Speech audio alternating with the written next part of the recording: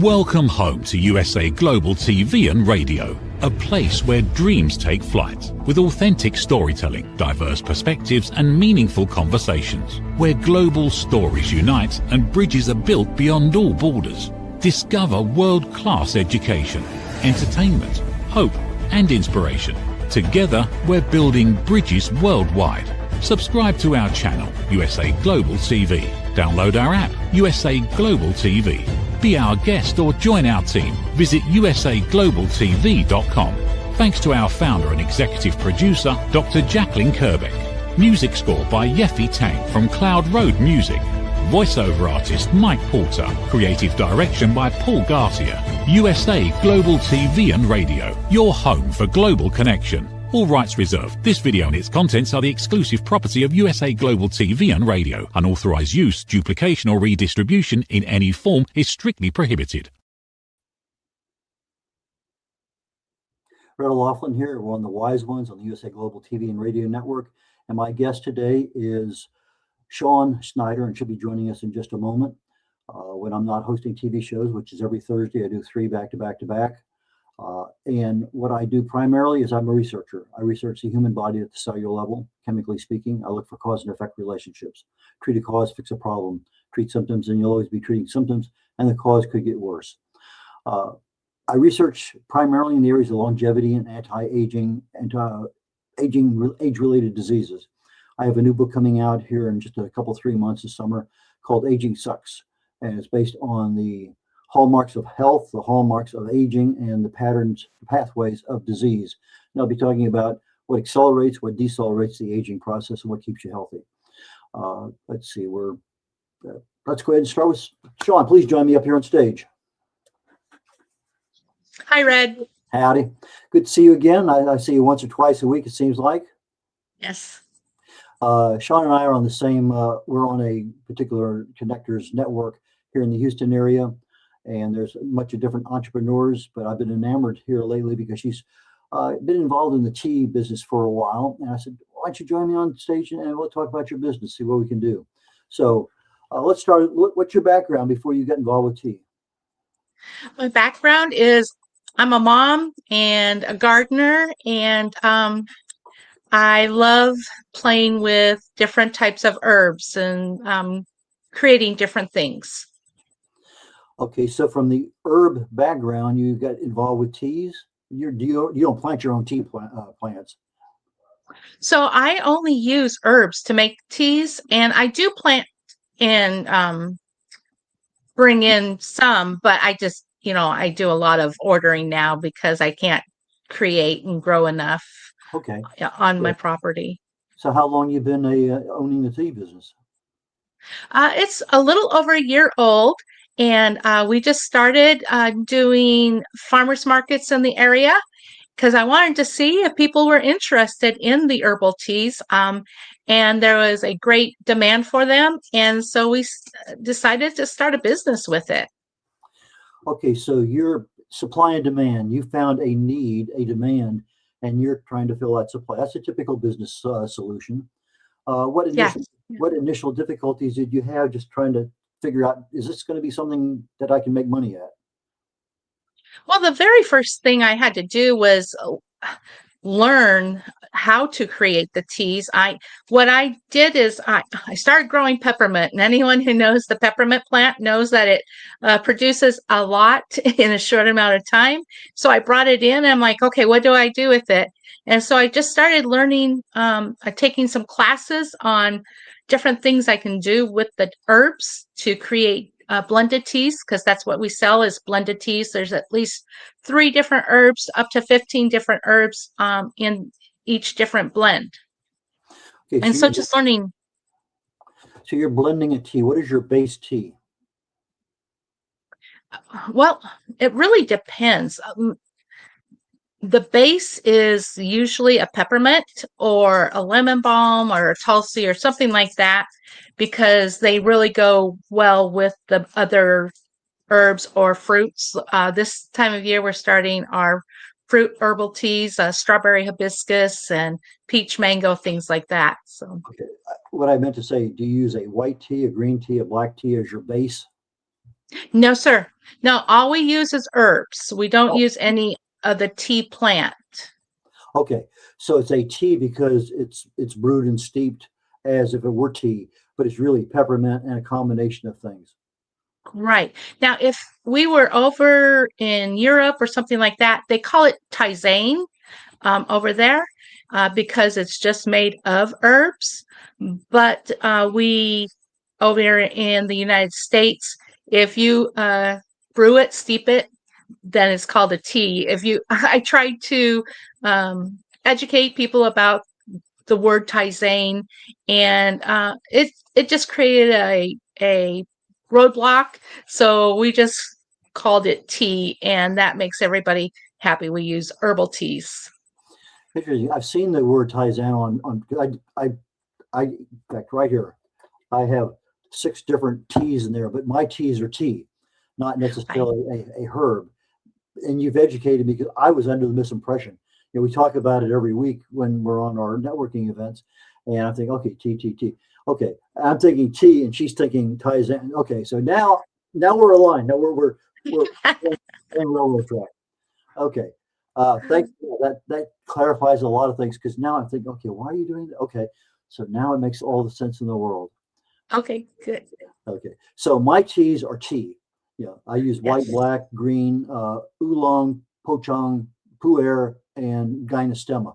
Those are my standard 7 that's what I don't have a pochong in this one, but those are the ones I use all the time. But I use them for particular reasons because there's aspects of each one of those teas for longevity that there's a benefit from. So from that perspective, that's why I drink tea. Years ago it was Coca-Cola. You know, then when I finally decided to get off that in the mid '90s, uh, that was a big deal. I went on Atkins and lost a lot of weight, lost a lot of inches, and fell in love with tea. Prior to that, not. But I don't know that I've ever had a herbal tea, to be quite honest. I like a lot of what you're talking about. Chamomile, is that considered a Mhm. okay? I've had Yeah. chamomile. So Uh, the beautiful thing about herbal teas, Red, is they are natural. They were put on this planet and they can help heal your body. And that's how I got involved in herbal tea. I have an autoimmune disease, and I just started taking classes and learning about if there is something wrong with your body, there is an herb that can help you. And just educating yourself and finding that herb is the exciting part of it. Chamomile, allergy season is going crazy right now here where we live.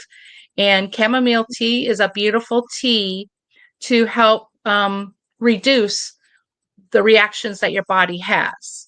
And if you drink enough of the tea, I have a client and he can drink 2 to 4 cups of tea, chamomile tea a day, and he has stopped taking all of his allergy medicine, his over-the-counter allergy medicine from that. So that's really exciting. There's another a willow bark, and willow bark used to be in aspirin. That's what they created aspirin from, and I still use it for pain relief. In January, I had a wound, and I used that willow bark tea, and it really helped my body to feel better. It helped relieve the pain that I was under. Allergies are an interesting topic. I remember one day I was flying and a magazine in the airplane talked about fresh frozen bee pollen and treating Mhm. allergies. And I had been to the doctor 3 times in 3 years, and I'm sitting there in his office a week or two earlier than this. And I look at my chart, and I've been there literally the same week, and a week different in 3 different years. And I was having sinusitis and all. And I'm saying, Doc, is this thing possibly seasonal allergies? And he looks at it, and yeah, more than likely. Don't know why he couldn't pick that up prior to that. But anyway, so I'm reading this article and it talks about fresh frozen bee pollen. You get it from your local bees, just like you have there in the teas and everything. And the bees are basically humming around all the plants. And so the bee pollen, if you take, I mean, really a little amount, quarter teaspoon a day, and I took it for literally a year. And the one time about 10 months in, I started, quarter tablespoon is not much. Let me double it up. And then all of a sudden I started getting the sinusitis effects again. But spring came again and I had no allergies. and it was all I credit with the bee pollen. So whether it's bee pollen or tea or a couple other things, there's a lot of natural options out there. So what do you do? How do you research your natural options? Well, I do a lot of classes. I'm not an herbalist. I don't claim to be an herbalist or a doctor or anything like that. But just doing some research and doing classes, being involved in groups of other people who know these different herbs, and we can, what works for us. And then I don't release a tea until I've created it and we take it. I even make my husband drink some tea, and how you feel and things like that. So it's important to know how it affects your body and to keep track of it. Like you were saying, what you have is, you're noticing year after year at the same time, this is how your body's reacting. And then you figured out how to treat that. And that's what you do with these different herbs. Um, there's different recipes out there that you can follow, and then just creating what would work to help your body as well. So how long does this test process go on before you decide, okay, this is I could stand behind this tea because I know it well enough? Yeah, I usually we work on like a monthly program or calendar, if you will. Um, with any new tea that comes in, number one, I need to make it taste as well as I can, and then how does it affect the body? Learn about the herbs, just doing research that way. And then as you put it together and drink it, this is what I can say it does for me. That's how we present it to our customers. So it's your personal testimonial based on at least 30 days, which is usually Yes, the minimum amount of time. It's either going to get better, it's going to get worse, or it's going to stay the same in usually right. about a 10-day frame. But if you're doing it for 20, 30 days, then whatever you have is pretty much consistent, statistically speaking. Yeah. And that's a good thing to mention is because different batches of herbs, even if it's the same herb, if it's a different batch, it can react differently. It can make your tea taste differently. It can, create just different things. So, being aware of your batches is important as well.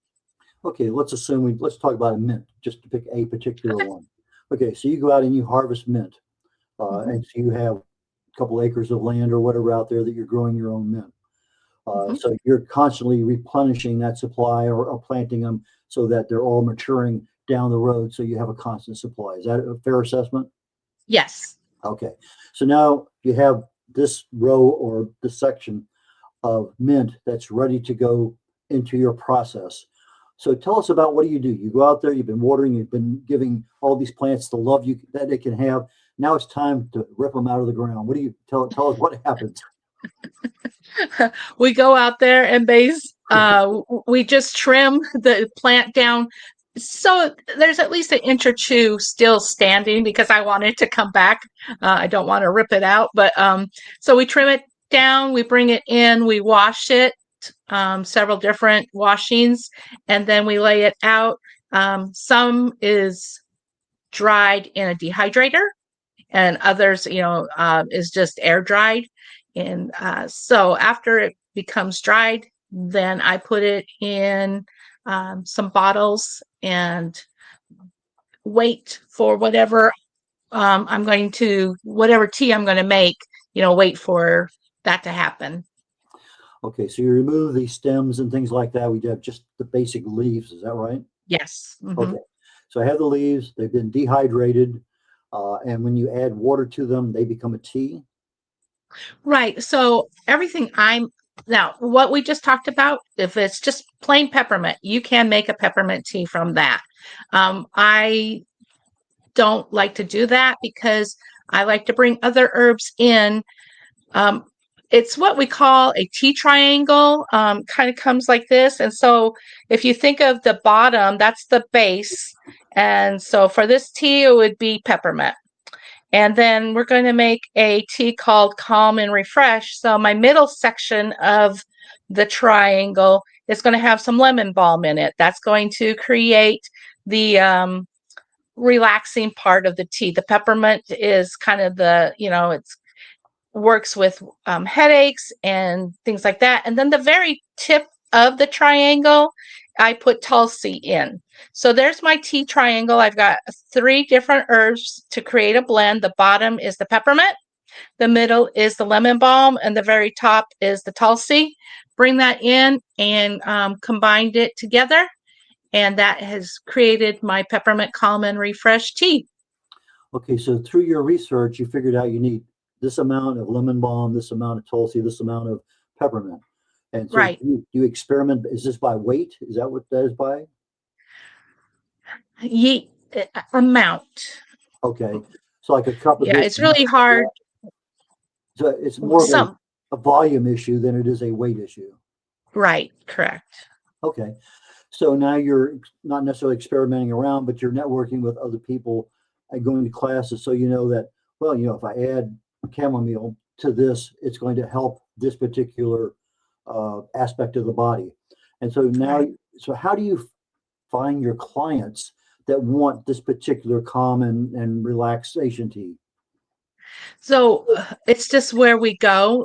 Like I said, we go to the farmer markets. That's been my home base. That's where people have discovered us. They love us. I've got a tea that only runs during the spring and the summer. It's my strawberry hibiscus. And I've got people from California emailing me like, when are you going to release this tea?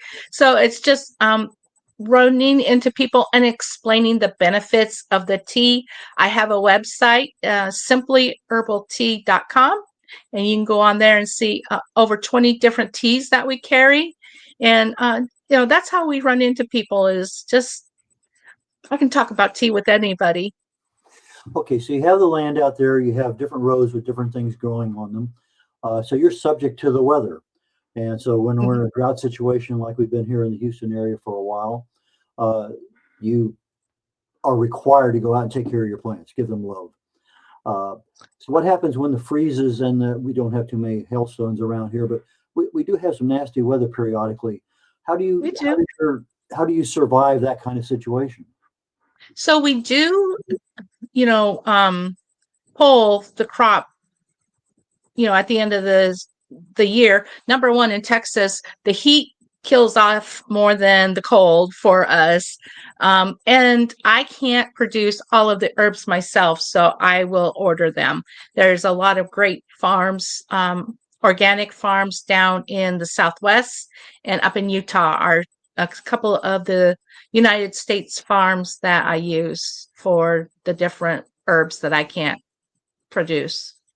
I've been in some tent cities with the military, various exercises I've been on. And, some places get, well over 100. And we found that you just put a tarp up, not necessarily a tarp, but it's a camouflage netting. And literally it drops the temperature 20 degrees. It's unreal. You're in the shade all the time rather than the sun. And then you have the breeze coming in underneath it. So we would take our tents and we put the shading on top of it. And that would really reduce that area. And I've done that several times. I'm even thinking about doing it here at my home for a particular area that I want to kind of control a little bit better. But that might be an area where you have something that might need extra attention.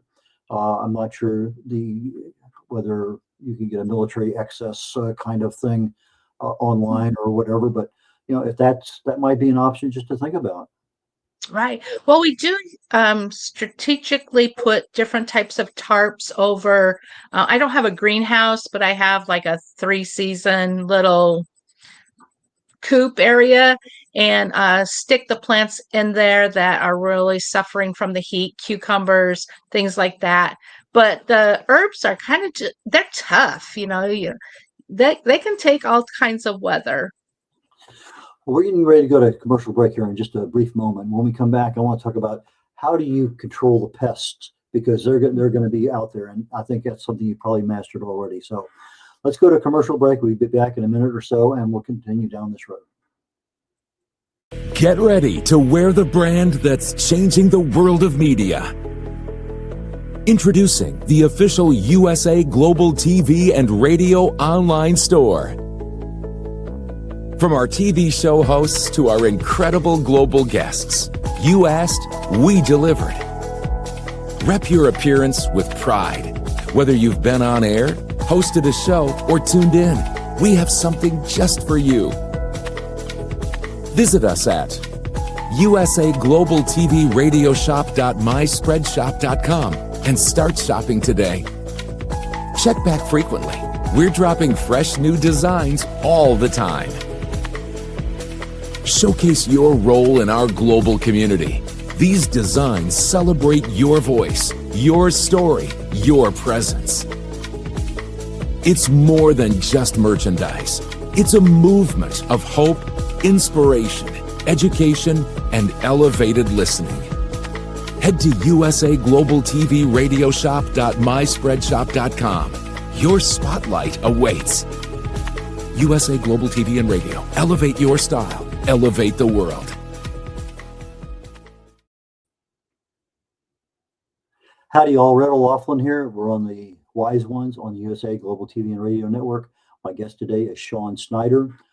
We both live here in the local Houston area. She is an expert on tea, not the kind of tea you're thinking about, herbal teas, different animal. And so, Shawn, please join me back if you're on stage. Okay, so you protect the weak ones with the summer heat here, which some summers can get pretty nasty. But how do you protect against the little crawly things? We do that with companion planting. We do a lot of onions. Any type of onion around different herbs will help keep plants pests out. Also, different types of flowers, if you will. The pests don't care for the smell, and that will keep them out. I don't think that I don't do any tarping or any tool with any type of herb. I just use the different plants and different types of flowers to help discourage the insects from visiting us. I know my local fertilizer place down here sells a bag of ladybugs. And so you can buy ladybugs and just kind of put them out, and they're pretty good at some things like that. Yes. Aphids and whatever. But you don't spray anything, so everything you have is pretty much kept organic, right? Yes, we're very big on being organic as much as we can. All herbs are organic, like with fruits. Now, we buy most of our fruit for our teas from the farmers market, but I can't not guarantee what happened to them before they got to the farmers market, so I can't call that organic. But all the herbs that we use are organic herbs. Yeah. I just got interrupted by a note. Get my mind back to thinking. Okay, so you're organic as best you can be. So yes, whatever fruit's available, that's what you have for that particular season, and you're dependent on the market to provide that level of supply to you. So when the market is over for plums, for instance, that's it for that particular time of year. Yes, much to my husband's disappointment, his favorite tea is called Plum Delicious, and we just it's a great fall tea because it uses a lot of cinnamon and things like that, and he loves it. But I told him, I'm like, we're getting to the end of what we have available for the season. So yeah, we try to keep local fruits with what is available in that season. That's why I have people waiting for the strawberry hibiscus, is because the strawberries are just coming out. We're just getting them and getting them ready for our customers. But we have such an industrial capacity. We see strawberries literally 12 months a year. Oranges almost 12 months a year. Plums, not so much. I go in. My granddaughter at one point in time was into plums big time, and she wanted the black ones or this one or that, whatever. And I could find them for a while, and then they were gone. So obviously, you have supply and demand issues there too. But when you're looking at typically, I'm going to the farmer's market tomorrow to see what they have and to buy something. So you buy a quantity of whatever that. How long is that quantity going to last you with regard to your business before you need to go back and get more? It just depends on the tea, what sells, and you never know. So we bring in a good supply, but I could bring home most of it or I can sell out. You just never know who you're going to meet that day at a farmer's market. So you always need to be prepared, bring more than what you think you're going to need. Okay, so you buy, let's say, pears or peaches or plums or whatever. You're going to put them in a dehydrator and you're going to do a similar process with them. Yes. So how long does a typical dehydration process take? Right. It depends. So like I just got done running a batch of ginger. Ginger doesn't take very long, it's just several hours. Where if I'm going to do apples, that will take, 10 hours, to run. So, and you got to be careful with the running of the dehydrator because you don't want to run it too hot because then the fruit just doesn't taste good. But you need to get it dried out. So it's really careful with, and there's a lot of information out there online on, okay, for apples, run them for like 10 hours, so there's lots of information you can find online. And then just learning your dehydrator, learning where to place it, don't have it up against the wall and up against the fridge, bring it out so it has good airflow. And, once you learn your tools, you have a better handle on how long things need to run in the dehydrator. Okay, so you buy apples. Apples tend to have some kind of coating on the outside. How do you get rid of that coating? We put it in vinegar water and scrub them. I was peeling them, and then I did some research, and most, all the goodness is in the peel. So we leave the peels on them. We do a firm scrub in a vinegar water and rinse that off, and then we slice them up and put them on the dehydrator. What's the most difficult tea that you make? Well, it's difficult. It's called the Women's Daily Tea Tonic. And what makes that difficult is I have probably about 12 different herbs in it. And these herbs, I probably won't remember all 12, but there's nettle, there's oak straw, there's elderberry. There's just these different things. And what it does is works within a woman's system and just helps the woman's system to run smoothly. And that's difficult because just trying to make sure to always have the different herbs that I need for that tea always available. Okay, so you primarily deal with the farmer's market, but you can also address the issue of being able to mail out stuff to California or China or anywhere in the world, just depending on what the cost is, so you get your return on your investment. Right.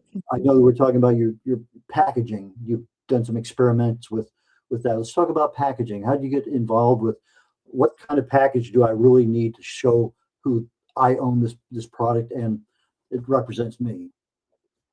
So we just use the just the I can show you. Okay. So we use packaging like this. Now this is my smallest. This is a little sample pack. And so it's like this. We just get the bigger packaging and they hold anywhere from 1 to 2 ounces. And that doesn't sound like a lot until it's just, tea leaves. So 1 to 2 ounces is quite a bit. And then, so that would be our large, and then we have a medium, and then the small, like what you just saw. And we just put our labels on there. And I love doing it this way because I can say, okay, I only need 10 of these for, Plum Delicious tea. And we can make the packaging up because per law, you have to have on the back what is in the packaging and the different things that I'm using to create the tea. And I like to be able to, okay, I only need 10, so I can make up that 10 for those, and I don't have to totally create new packaging, just new labels. Okay, so you have a standard package for different sizes. You create the label to go with whatever the product is. And so you sell it locally, and you can also sell it online or over the mail system. Yes.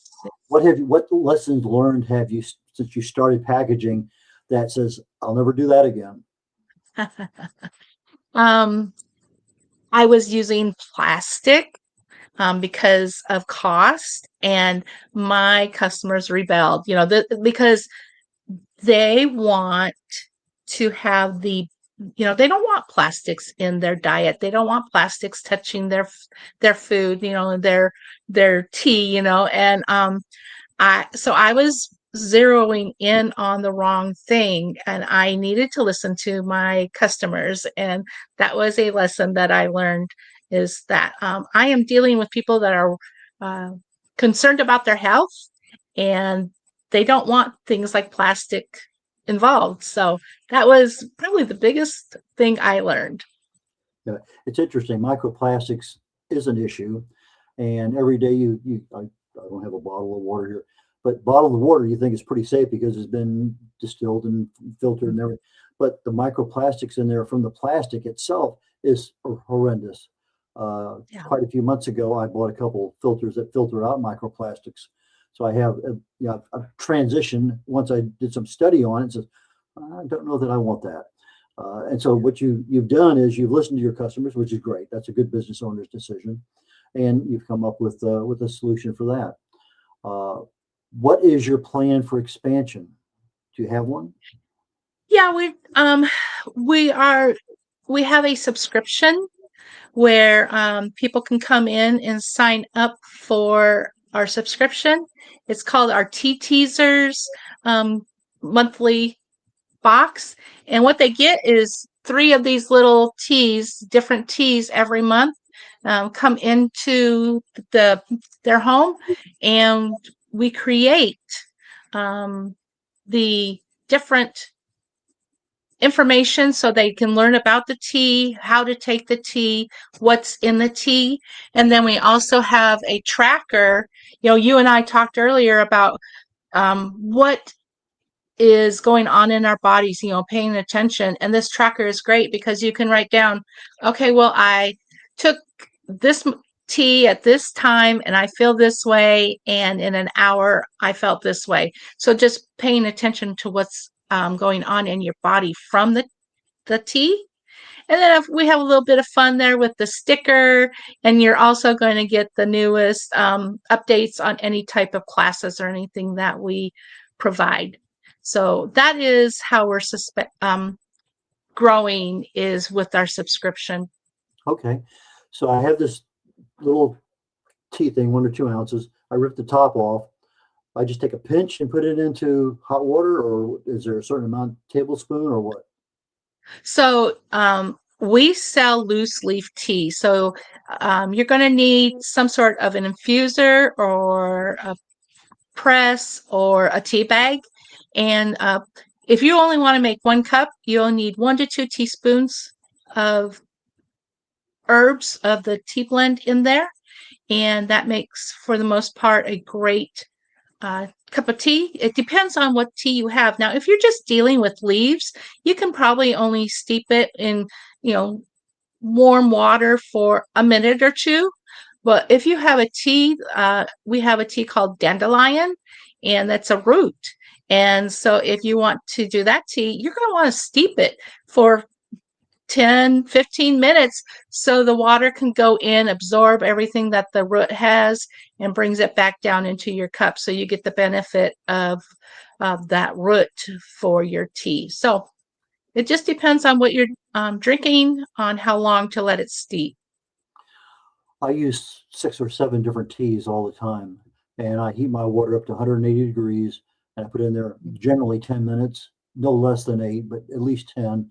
Sometimes it goes longer. But I find that gives me a pretty good taste, and the tea lasts literally 24 hours. I don't put it in the refrigerator.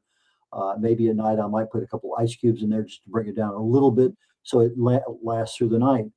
But the tea, sometimes, if it's there, I'm talking about real tea, not the herbal tea. So I know there's problems there, but from a herbal tea perspective, is there a time concern with how long a pitcher of tea can be healthy? So the beautiful thing about herbal tea is you can drink it hot or cold. And if you drink anything hot, it can last you an afternoon. Now, if you want to drink it cold, put it in a pitcher and stick it in the refrigerator and drink from it until, we make it gallons.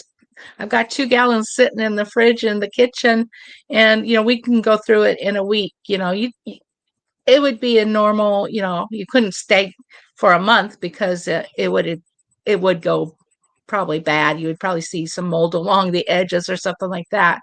But it can easily last a week. So most of what you sell at the farmer's market is dry. You don't sell any liquid products. Not at this time. We do all, it's all dry, yes. But you do have samples for people to taste tea? Yeah, we bring a different sample every week. And it's so funny because just the people's ideal of, herbal tea, that doesn't taste very, doesn't sound very good, but I can usually get them because we never add sugar. And if I can bring a tea that has a fruit in it, it's naturally sweet, and they're just amazed. I hook their kids, get their kids to bring their mom and dad and try it, and it's really fun to watch that. It's that point in time in our show. We're getting ready to wrap things up. What have I not asked you that I should have asked you really want the world to know about? I really want the world to know about the herbal teas and how it can help your body feel better. It's so amazing to me how we can take a plant that comes from the ground and put some hot water on it and drink it, and it can make your body feel better. Now, it just depends on what's wrong and which herb you're going to use. That's the fun part, is doing that discovery. That's what I like to do. That's what got me involved. And then drinking it and feeling better. Well, now the next time I go to the store and I see guava or pomegranate or gardenia or whatever it happens to be, it's a herbal tea. I know that it's not tea that I'm used to. So from my perspective, you educated me very well, and I appreciate that tremendously. Great. How do people get in touch with you if they want to order something? You just send them to your website?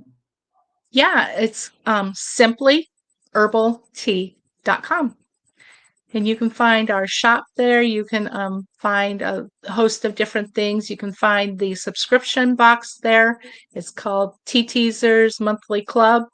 So that's the best way. Social media is Simply Herbal Tea as well. Okay, so for our audio audience that may not be looking at our screen right now, simply SIMPLY Herbal HERBALTEA.com/shop. Sean, fantastic time today. I learned a lot. Thank you so very much. I really appreciate that. I look forward to seeing you again. Thank you. We'll see you in a while. Well, probably see you tonight. I'm not sure if you're on tonight's show or not. So I look forward to seeing you tonight. Okay, sounds good. Okay, Sean, take care. We'll catch you in a little bit. We had a wonderful talk today with Sean Snyder on tea, not the tea that I think of when I hear of tea, but herbal teas, which are actually made from herbs and fruits and other vegetables, etc.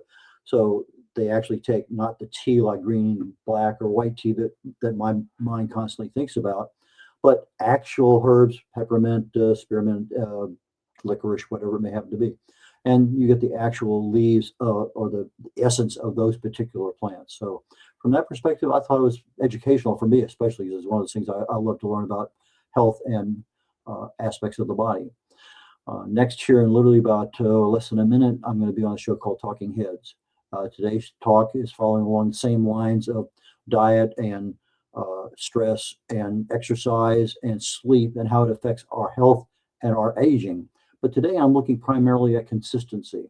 The basic lifestyle choices, the diet and the rest of those carry are fine, but consistency is the one that actually makes them work. So I'll be talking today about consistency and how that affects your health and your aging. So I look forward to joining you again next week. We have 3 shows starting 11 a.m.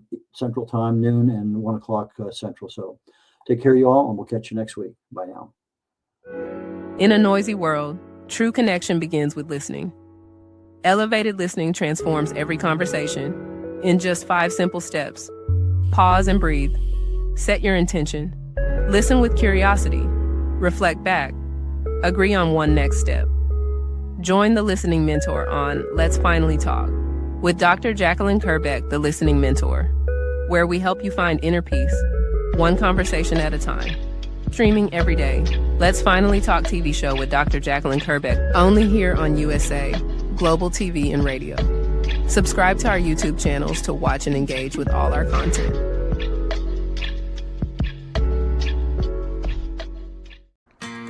My Tummy Hurts by Dr. Jacalyn Kerbeck. Meet Jackie. She loves recess, running with friends, and laughing on the playground. At school, Jackie tries to play like she always does, but suddenly the pain comes back. Lately, something feels different and her tummy hurts, sometimes a little and sometimes a lot. With the help of a caring teacher, a nurse, her mom, and a kind doctor, Jackie begins to understand what her body is trying to tell her. Sometimes tummy pain is more than a simple bellyache. Some children live with conditions like ulcerative colitis or Crohn's disease. Jackie listens to her body. She asks for help. She knows she's not alone. And Jackie finds her way back to running, laughing, and being herself. My Tummy Hurts, a kid's guide to bellyaches and bathroom troubles by Dr. Jacalyn Kerbeck, available on Amazon and in fine bookstores around the world. Thank you, viewers and listeners of USA Global TV and Radio, for joining us today. We're honoured to have your time and attention as part of our global community. At USA Global TV and Radio, we believe in the power of authentic conversations, meaningful connections, and creating a world of possibilities together. Want to be part of something bigger? Join our team of elevated listeners at usaglobaltv.com, a space where your voice matters and your ability to listen transforms relationships. Stay connected with us across all our platforms for thought-provoking discussions, expert insights, and empowering stories. Subscribe to our channels at youtube.com/c/USA-Global-TV. Follow us on social media and explore the endless opportunities we're creating for growth, learning, and inspiration. Together, we're not just broadcasting, we're building bridges and changing lives one conversation at a time. For inquiries, contact us at info@usaglobaltv.com. Produced by Executive Producer and Director Dr. Jacalyn Kerbeck. Voiceover by Mike Porter. Creative direction by Paul Garcia. All rights reserved. Visit usaglobaltv.com to view our full terms and conditions.